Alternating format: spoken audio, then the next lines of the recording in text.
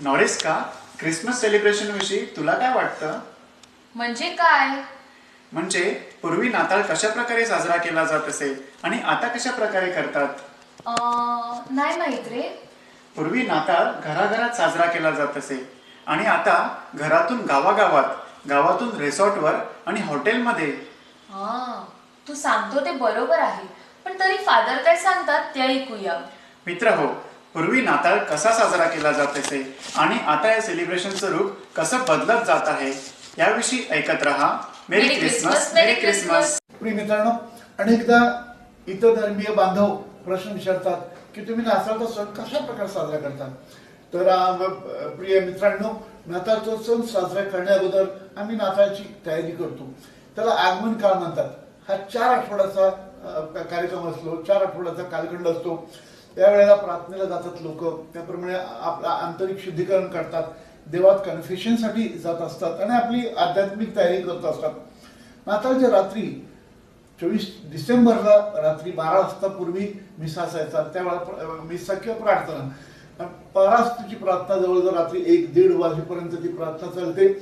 त्यानंतर लोक एकमेकांना सदिच्छा देतात, शुभेच्छा देतात आणि त्याच वेळेला चर्चच्या आवारातच केकचं वाटप केलं जातं, कॉफी किंवा चहा त्यांना दिला जातो आणि त्याच वेळेला कॅरल सिंगिंग केली जाते आणि त्याद्वारे नाताळचा आनंद ते लुटत असतात.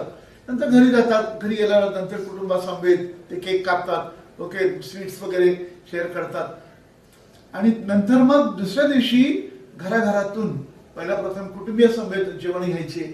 सगळ्या ह्या सासूरवाशिनी ज्या माहेरी यायच्या आणि ते दुपारचं भोजन एकत्र घ्यायचे.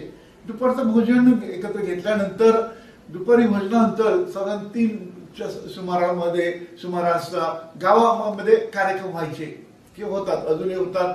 गावपाटामध्ये कार्यक्रम होतात आणि मग आठवडाभर हे कार्यक्रम सुरू असतात.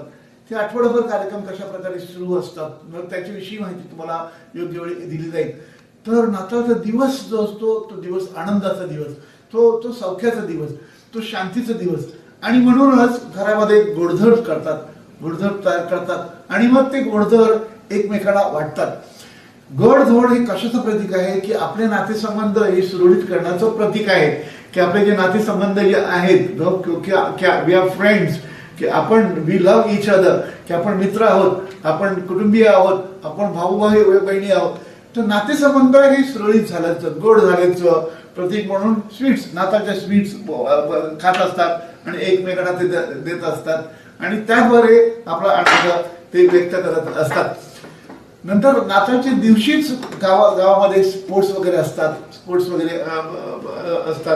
आणि मग दिवसभर त्या दिवशी कार्यक्रम साजरे केले जातात आणि अनेक वेळेला चर्चमध्ये संध्याकाळचे पण कार्यक्रम असतात, अनेक सांस्कृतिक कार्यक्रम असतात. अशा प्रकारे नाताळचा दिवस जो असतो तो अत्यंत आनंदी, उत्साही वातावरणामध्ये तो पार पडला जातो. आणि म्हणूनच आपल्याला नाताळचा सण आनंदाचा जावा, सौख्याचा जावा. मग मनापासून आपल्या सगळ्यांना मेरी Christmas one and all. God bless you.